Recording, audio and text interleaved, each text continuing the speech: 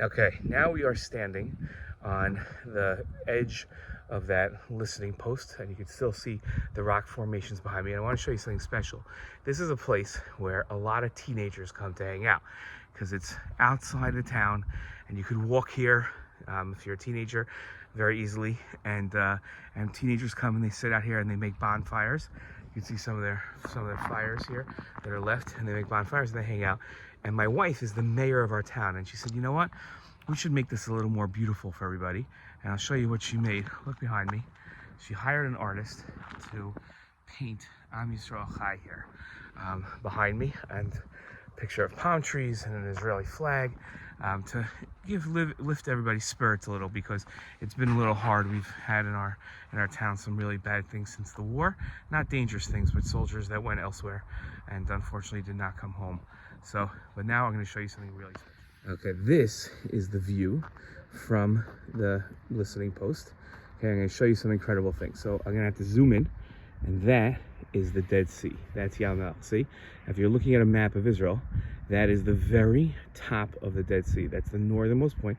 You can see the Dead Sea ended, and you can see how it's like a little flat there, because the Dead Sea is actually shrinking. We're losing the Dead Sea. In 150 years, that's what they tell us, there won't be a Dead Sea anymore. So even though it's raining today, it's not enough to keep the Dead Sea going. But this in front of us is what's called the Jordan Valley. Now let me tell you why this is so special. And you've all learned about the Jordan Valley before. You just don't know it. Okay? When Bnei Israel came out of Mitzrayim, they walked from those mountains all the way in the distance, all the way up here. Okay? This is after the 40 years. And then those mountains over there on the other side of the Dead Sea, let me zoom in. Okay, those mountains over here, those are called Hari Moav. That's where all of Sefer Bamidbar happened. So the story of Bilam and Balak and Bilam's donkey that talked to him and refused to move, that happened on those mountains. Those are actually also the mountains where Moshe Rabbeinu died. That's the mountains where Megillas Ruth took place, where Ruth walked back into Eretz Yisrael, was from over there. Okay, and she married Boaz. This over here is the valley. Now, if you remember, Bnei Israel were on these mountains. It's a little hazy today because of the rain, but all the way in the back there are mountains, all the way in distance, and that's where Bnei Israel were for all of Sefer Dvarim. All of Sefer Dvarim is one long speech that Moshe gave the Jewish people, and he was standing on the top of these mountains, giving them this last speech, going over the Torah with them, reviewing all the mitzvos, telling them that they should have chazak ve'amatz, they should be strong, and that they're going to go into Eretz Yisrael with Yoshua, and everything's going to be okay, telling them that everything's going to be fine. And the Bnei Yisrael were looking at Mitzpe Yericho, right? This is the way they were looking. So they were looking at Mitzpe Yericho, and they couldn't wait to get in, but they also were sad that Moshe was not going to take them, he was going to leave them. But if you remember, there were 2.5 Shvatim, Reuven, Gad, and half of the Shevet of Manasseh, half the tribe of Manasseh. And they said, we don't want to go. We like it over here in this flat land. Okay, we like it in the flat land. And they said, and Moshe Rabbeinu said, wait, I don't understand. Everyone's going to go to war to conquer Eretz Yisrael, and you're going to sit here comfortably? No way. Only if you agree to go to war with us will you be allowed to keep this land. And they agreed, so they have all of this land. That belongs to them. And technically, it wasn't part of Eretz Yisrael, and they made it part of Eretz Yisrael. Okay. Then, now you can't see it from here. Maybe one day we'll go there in one of our videos. But over here, okay, wow, we can really zoom in. This is a good camera. Okay, so right here, this is the area right over there where this used to be, the Jordan River used to be very, very big.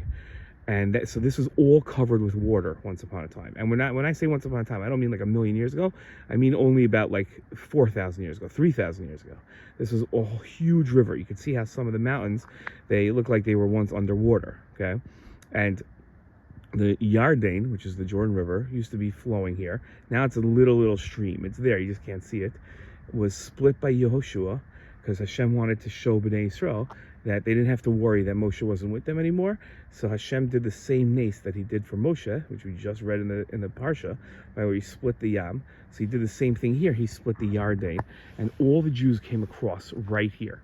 So when you learn about the Jews coming into Eretz Yisrael, let's say for Yoshua, that's this spot. Now you can always have it in your memory that this is this spot for them. Now this, remember, if you remember, the first city that they came to and they went to war was Yericho. This is Yericho. See all those houses there? That's Yericho. That's today. That's what Yericho looks like. Okay, back then it was probably a little different, but not so much. But the biggest difference between Yericho then and Yericho today was when Yeshua got there. I hope everybody's like screaming that they know the answer to this. There were walls around all of Yericho. And Bnei Israel were wondering how they're going to be able to conquer a city that's surrounded by walls. And what they did was Hashem said to them, told Joshua, have the people walk around the wall 7 times blowing shofars. Like after the 7th time, the walls came crashing down, and Bnei Israel were able to go into Yericho and conquer Yericho. They went to war inside Yericho, and they conquered the city. This is the beginning of what we call Kivush Haaretz, the capture of the land. And what was amazing was the day of the week that this happened. Because you would say, okay, it's probably Yom Rishon, probably on Sunday, because you want to do this right away as early as possible, but it was not. It was not Yom Rishon, it was Shabbos. Hashem allowed them to do this on Shabbos because you could be kovesh the land of Israel even on Shabbos. So they conquered Yericho on Shabbos. So what you're looking at is Yericho. Now I want to show you one more amazing thing. Okay, I hope you could definitely see it here. You see this flat mountain all the way out there? That flat mountain was a fortress built by the Maccabeim, the Chashmonaim. After they beat the Greeks on Hanukkah, they built themselves a palace that they could come out to. It's always warmer in Yericho than Yerushalayim. So they'd come out here, and that was their vacation spot. And then Herod built it even nicer, and then Cleopatra stayed there also because she loved dates. And these are all date trees out here. So this is the amazing spot. Hope you love this. This is one of my favorite spots in the entire world. So I hope you enjoyed it.